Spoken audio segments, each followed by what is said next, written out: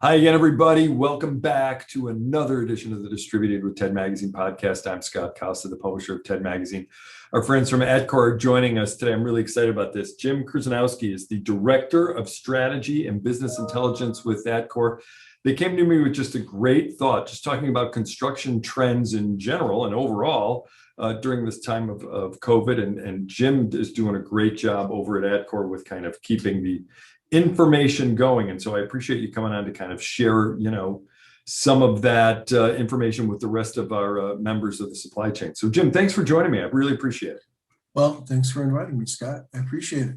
Let's dive in. We'll start at the ground zero, the very beginning. Explain to me the commitment of Atkore to make sure that you're staying on top of the construction trends, to make sure that you're understanding everything that's out there. What are you going through on a daily, weekly, and a monthly basis to keep that information flowing? Yeah, well, we're plugged into all the major organizations that are publishing data on the construction industry. So chief among them, or the ones that are most widely tracked, probably the Dodge Construction Statistics on starts of residential and non-residential. In terms of square footage and dollars, they publish every month. And then the American Institute of Architects, they have a widely watched indicator called the Architecture Billings Index that comes out every month.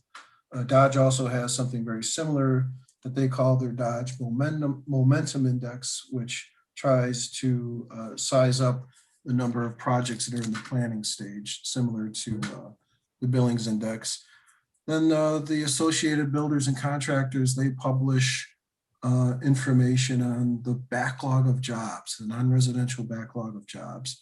Then there's, from the Bureau of Labor Statistics, there's the employment numbers in construction by not only residential, non-residential, but by specialty contractor, a building contractor, other kind of non-res contractor, like for civil engineering and construction. And we look at all these on a monthly basis. We track them, we interpret them, we try to relate them to our business and to our industry. And then we report these internally on a monthly basis, both electronically as we push out information, and then pool-wise, as we have an intranet site at the company for people to go to access all this information. So yeah, take me inside of that just a little bit more. So you're compiling this stuff, you put them out on some kind of an intranet, or again, you're sharing it in some way. And then do you get feedback from, again, your coworkers and your associates about what does this mean? Explain this more. Does this mean we should be doing this? Kind of how do the best practices work for you on that? Yeah, well, in addition to this, like most companies, we have a monthly business review. And part of that review is, of course, looking at macro indicators of the general economy, and then indicators for construction in North America. And so there's feedback within the meeting, and sometimes there's action items that come out of the monthly reviews that say, hey, we want to take a closer look at this or that.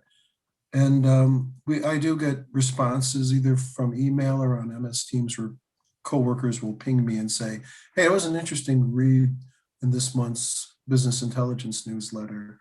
Can you tell me a little bit more where I can follow up? So that's basically how the feedback loop comes. Okay. And then you guys, obviously do a ton through electrical distribution. And Atkore as a whole is a huge advocate of electrical distribution. Yes. So explain to me some of the importance that you're seeing, from the residential, from the commercial, from the industrial construction markets. What are you seeing, and what is the importance there? Well, as you know, the importance to Atkore is 2/3 or so of our sales is tied to residential, non-residential construction, new or remodeling. And, we service those end markets through electrical wholesale distribution, which for an electrical distributor, right, construction is a big chunk of their end markets that they serve.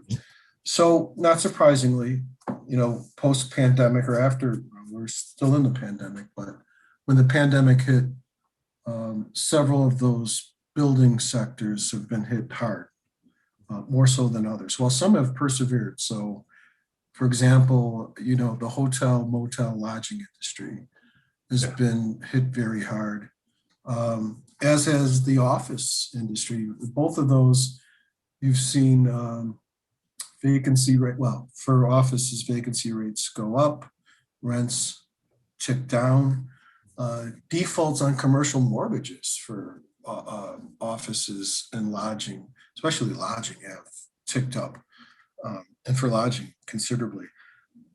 So those sectors are hurting. The debate, of course, is how long those will play out, right? So everyone knows you have the losers right now are offices and retail and hotels, and the winners are warehouses, which the move to online shopping was occurring for years, right? Now the pandemic has accelerated that greatly. So warehouses are just off the charts strong. Residential construction, if you've been reading the news, is gangbusters.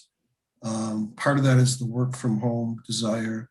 Part of that is super low historic mortgage rates and a limited supply because not a lot of people have been moving or selling their homes in the last few years. So residential is going gangbusters. Home Depot just reported their quarterly sales. I think they're up like 20 or 25%. People are staying home and fixing up their homes or buying new homes. And then data centers, which is the other half of that e-commerce equation. Data centers are super strong, and so there's winners and losers. On the loser side, the debate is how long will the impact of the pandemic last? Right? Most people say, well, once we get everyone vaccinated and there's herd immunity, leisure travel is going to pick up greatly. Right? There's a lot of weddings and anniversaries and birthdays and stuff like that people travel for, and it's not been canceled so much as postponed. So once people are comfortable, the leisure part of it will rebound pretty quickly. Now, the business side, there's I would say most of the analysts think that the business travel will take much longer to recover. And that businesses will be slower to lift restrictions on travel. And certainly those companies that do international travel are going to face longer hurdles because of the protocols and the quarantines and everything else that will now be involved in crossing borders. And so that's an important aspect of the hotel industry. And that's along with conventions, right? So anyway, and then the office space, boy, there's been strong arguments on either side, right? If you've been reading, it's like, hey, offices are doomed and the work from home has proved to be viable and it's cheaper for companies to have their people work from home and et cetera, et cetera. And then there's the other side that says, well, wait a minute, there is a real value to having workers in the same building. And whether it's collaboration and cooperation and innovative thinking and not so fast. There will be people coming back, and there'll be even a need to separate them for distancing purposes. You might even see more square footage per employee. So good point. I don't know if it's so early to tell who's going to win this argument. And I think most people are like, we understand both sides. We're going to have to take a break here and see what actually happens with office space. But office space, yes, the vacancy rates are up and rents tick down a little bit, but it's pretty resilient given what happened in 2009, in the Great Recession. Right. And then a lot of people think the retail, the early, the people that say retail is dead, that's a little premature because there's so much curbside pickup of ordering that's done online. And a lot of companies following the so-called bricks and clicks strategy, where they actually have a physical building to go to, especially like showrooms for furniture and other stuff that surprisingly, fourth quarter of 2020, the net absorption for office space was, for retail space was positive. So they absorbed more than came on the market. So again, it's these will recover. It's just up for debate how long and when.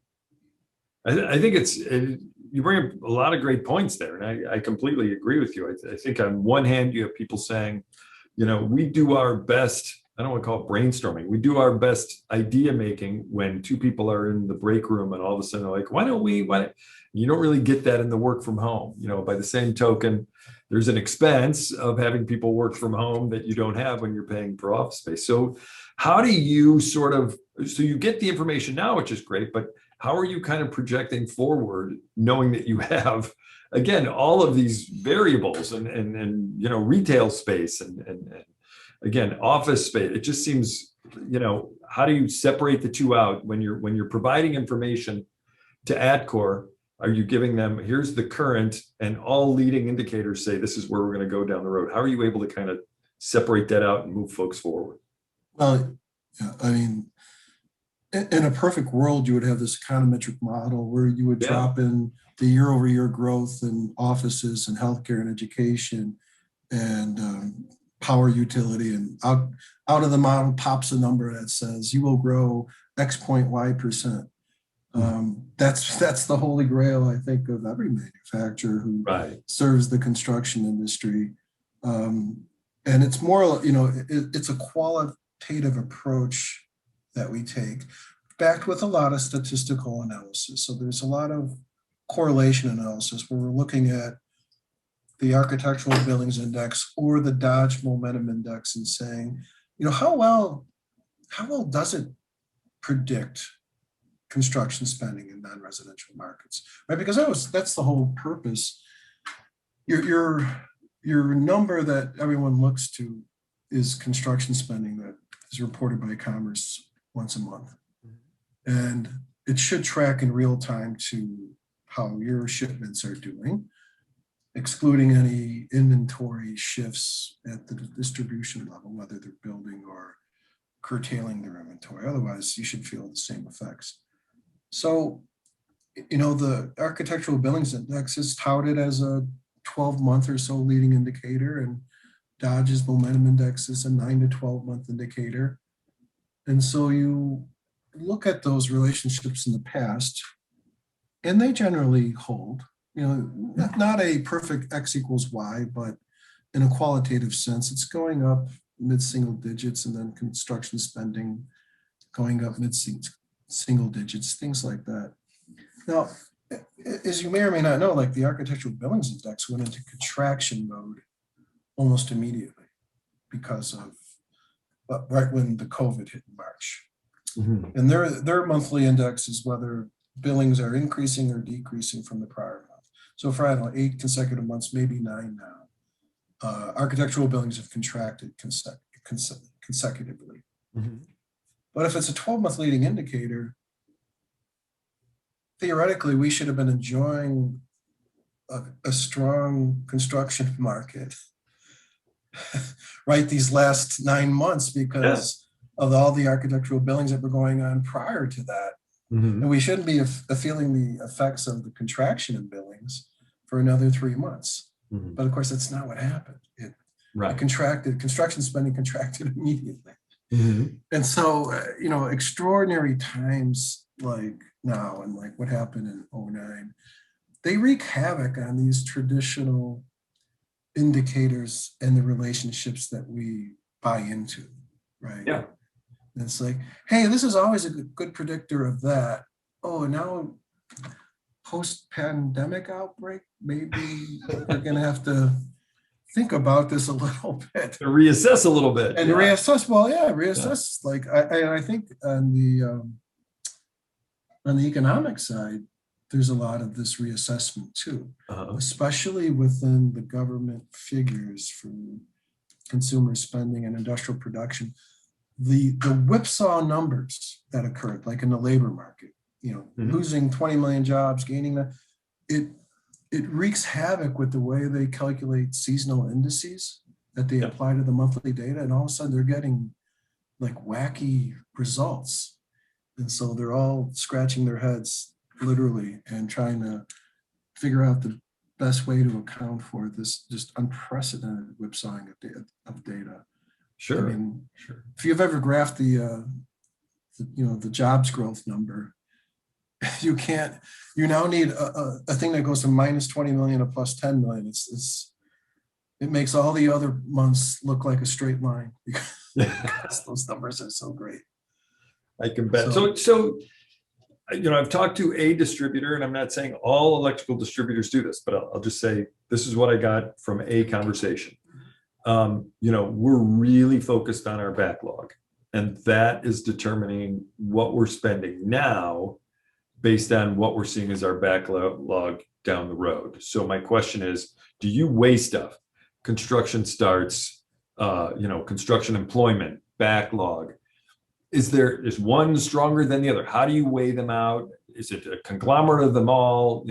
How do I sort of put the pieces together? Is there one that's weighted more, again, in this one situation, one was weighted a little bit more heavily than other things, but is that a good idea? Or how do you come up with from Atkore, how do you come up with a strategy?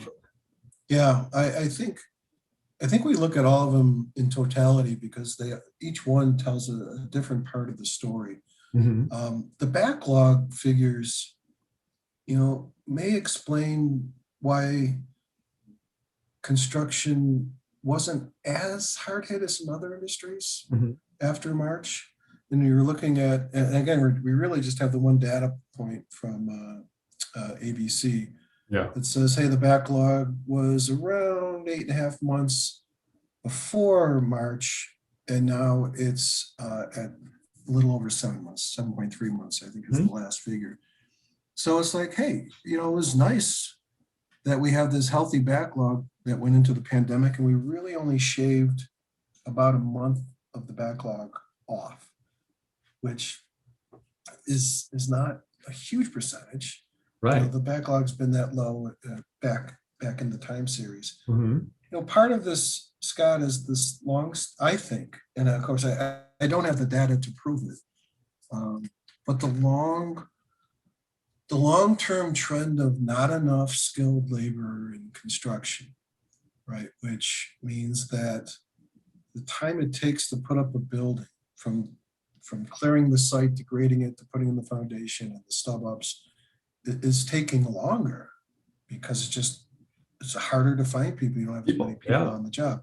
And then you have post-March COVID rules about, spacing of workers in the workplace and all the other safety protocols. Yeah. And you're slowing it down even more. And so I think it played to non-residential construction's benefit that there was this backlog, and whether, because we don't nearly have as many workers as we did pre the Great Recession of 2009 and the safety rules.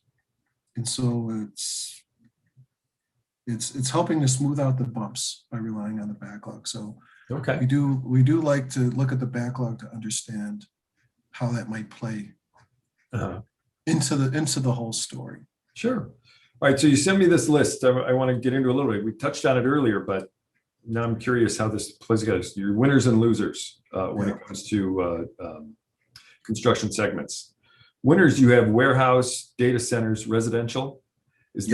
Are those current winners, predicted to be future winners? Kind of what are you seeing? Well, current winners, and everything that I've read sees the trends for warehouse because of e-commerce and Amazon and other fulfillment companies. That'll continue to grow. I think Dodge has it growing for the next 3 years. I'd have to look at their latest forecast. Data centers, the experts in that area opine on that being a CAGR that's in the high single digits, and that's just the incredible growth in all of our electronic media and data storage. And then residential construction, from what I saw, again, in the Dodge forecast and from what others have published, that this is a trend that will definitely run through 2021 and most likely run through 2022 as well. So I think most of the experts believe that Resi has at least a 1.5 year runway given what's currently, with mortgage rates and other trends that are impacting residential construction. Okay, so here's your list of losers. Again, we touched on these, and there's, Yeah. like we said, there's some things that weigh: office, retail, restaurants. But again, I think sort of what you touched on is if you're going to have offices and I guess restaurants and you want to get back to full capacity, that means you're going to have to expand, which is construction, or you just kind of accept that we're just not going to have people coming to the offices, or restaurants are closing at a horrible rate. It's crazy. I mean, so what are you seeing on those segments? When it comes to winning, when it comes to losing, I guess at this point in their future. Yeah, well, again, like we touched on earlier, Mhm. there's a debate on the office and how much of the impact we're feeling now will be permanent. And the argument that being in the office together fosters collaboration and productivity and innovation, it's a very strong one. And that's dependent too on if we have a resurgence in COVID, meaning if the variants, if it mutates, if there's another wave of shutdowns, it could just upend that completely. But yeah, I'm sure there's going to be companies that are comfortable with the work at home model and will maintain it. And like we discussed earlier, the hotel market, the hotel convention market, it'll come back. Certainly it'll get a boost from leisure travel this year. And then business travel will help propel it in 2022. In stores, they're hanging in there. They might have been, I think they're knocked down to their, I think they've taken, there hasn't been as much speculative building or net ads as there's been reabsorption of abandoned space. Yeah. So there's no big overhang like maybe 20 years ago. When during one of the recessions, there's just a huge overhang of space. There just isn't. Yeah. And so, it's hard to know when that one will be. I wonder about retail and malls. And again, bad theory from a publisher of a magazine who's not really digging through crazy economic, detailed reports these days. But I wonder if retail is going to kind of become the Six Flags, especially mall experiences, are going to become the Six Flags of experiences when it comes to, hey, you know what? We haven't been to a mall in a long time. Let's get the kids, put them in the car. Let's go. And are they going to enjoy that experience enough to say, yeah, I'll come back again and do this again? Or will they say, nah, I'll just shop online for now. And so I'll be curious if you've heard anything like that or see anything, along those lines coming. Yeah, there's been talk about the town center mall or the outdoor mall. And that there's a concert, there's food, there's events, there's blah, there's things. Yeah, exactly. Yeah. I mean, that has been occurring the last 15 years in some more of the affluent areas around the country. You've seen these town center malls go up. And now the advantage, of course, is that it's an outdoor model and not an indoor model. And if people have lingering fears or doubts about being in a crowded space, then these may garner more favorability, especially the mixed use environment has been pretty strong, at least in the downtown areas. A lot of these high rises definitely have restaurants, retail, and office, and then apartments or condos. And I could just, even my own suburb that I live in outside of Chicago, we've had a couple of mixed use buildings even go up in our little downtown. Yeah, so I think the outdoor mall will prevail over time if everything in reading is accurate. I'll save the big one for last now. You ready? There's a big one. There's a big one now. You ready? So we got to talk about this. I don't even know what normal is at this point anymore. I guess it's numbers from 2019. I couldn't tell you, but when do you think, construction activity returns to, I suppose, what we'll call, again, I'll call it normal. I don't even know what to call it. Strategically able to figure out levels where it's like, the trends that we could recognize from years ago now are kind of returning. When does normal return in construction activity? Boy, that's a good question. That's a tough one. I know. I saved it for the end. Well, we'll know it when we see it. Yeah. I think a famous judge said that once on another topic. Yes, I'm done. I'm not going to get into it, but yes, Yeah. it did. You'll know it when you see it. I think last year, on a percentage basis, right, people are going to say, well, 2021 is going to be tough for non-res spending. I think that's the consensus. But after that, it's going to grow. Mhm. So looking at, say, some think it'll be 3 years out in order to get back to where we were in 2019. Mhm. But I got to tell you, we live in a world that these kind of forecasts, I don't know if they're worth anything in terms of going out more than 6 months, Mhm. right? Because so much is every month they're going to have to revisit these long range prognostications because there's too much happening and there's too much things that are impactful that we're really, I'm a little leery about predicting anything more than about 6 months out. Yeah. Until this COVID is tamed and people are inoculated and getting updated vaccines for variants are in place and it's easy to do and you're not waiting 3 months to get a vaccine. Then you're back to a normal lifestyle and then that is normal work habits and that is normal living and then people start to make decisions on investing in building hotels or restaurants or movie theaters. Mhm. Movie theater isn't exactly a huge part of the construction landscape in terms of square footage. Mhm. But the model of going direct to streaming and also Yeah. releasing it in some theaters, I don't know what's going to happen to movie theaters in the next 5 years. Right. Again, It's sort of like going to the mall. It used to be an event. You went to the movie theater, it was an event. Now it's like, I just watch on my TV. yeah, but It's maybe tough. after 18 months of lockdown, people will be like, I don't care what's showing. I Yeah, just want to go to a theater. I just want to drive someplace and pay $7 for popcorn. I don't care. I just want to have the experience. You're absolutely right. Yeah, that's true. That could happen.